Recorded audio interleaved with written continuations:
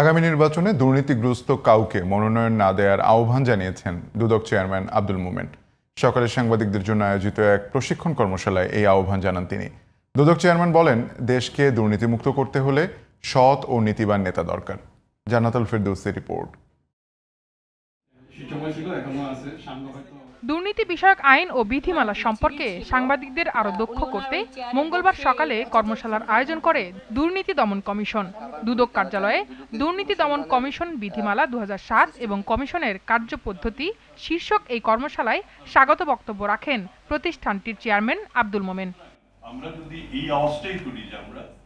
পরে দুর্নীতি দমনে দুদকের ভূমিকা নিয়ে এক প্রশ্নের উত্তরে আব্দুল মোমেন বলেন, দুদকের একার পক্ষে দেশকে দুর্নীতিমুক্ত করা সম্ভব নয়। সেক্ষেত্রে আগামী নির্বাচনে কোনো দুর্নীতিবাজকে মনোনয়ন না দেওয়ার আহ্বান জানান তিনি। আগামী সংসদ নির্বাচনে আমরা সৎ লোককে চাই। আপনার এলাকার যিনি সবচেয়ে সৎ মানুষ, তিনি যদি নির্বাচিত হন, সেটা আমাদের জন্য সবচেয়ে বেশি কাজে লাগবে। শেখ হাসিনা সহ সাবেক সরকারে থাকা দুর্নীতিবাজদের দেশে ফেরাতে ইন্টারপোলের পাশাপাশি বিভিন্ন সংস্থার সহযোগিতা নেওয়া হচ্ছে বলেও জানান দুদক চেয়ারম্যান। শেখ হাসিনার ব্যাপারে আমাদের যেসব প্রক্রিয়া, তার মধ্যে কি বলে ইন্টারপোলের লাল নোটিশ থেকে শুরু করে প্রায় সবগুলি কাজই হয়েছে। পররাষ্ট্র মন্ত্রণালয়ের পর্যায়ে আলাপ আলোচনা চলছে। সেখান থেকে যদি সাকসেসফুল হয় এবং আমাদের প্রতিবেশী রাষ্ট্র যদি বাংলাদেশের প্রতি ন্যায় বিচার করে, তাহলে সঙ্গত কারণেই তাকে ফেরত দেবেন।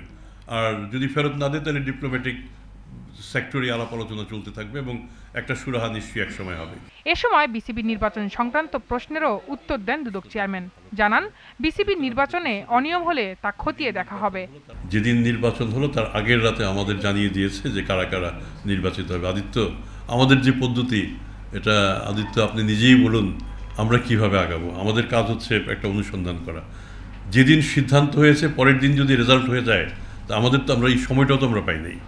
এছাড়া দুদকের বিভিন্ন অনিয়ম এবং রাজনৈতিক নেতাদের হস্তক্ষেপ সহ নানা বিষয়ে সাংবাদিকদের প্রশ্নের উত্তর দেন আব্দুল মোমেন। প্রতিষ্ঠানের যে ধর্ম, এই ধর্মটা যাতে দুদক মেনটেন করতে পারে। জান্নাতুল ফেরদৌসি, জিটিভি নিউজ, ঢাকা।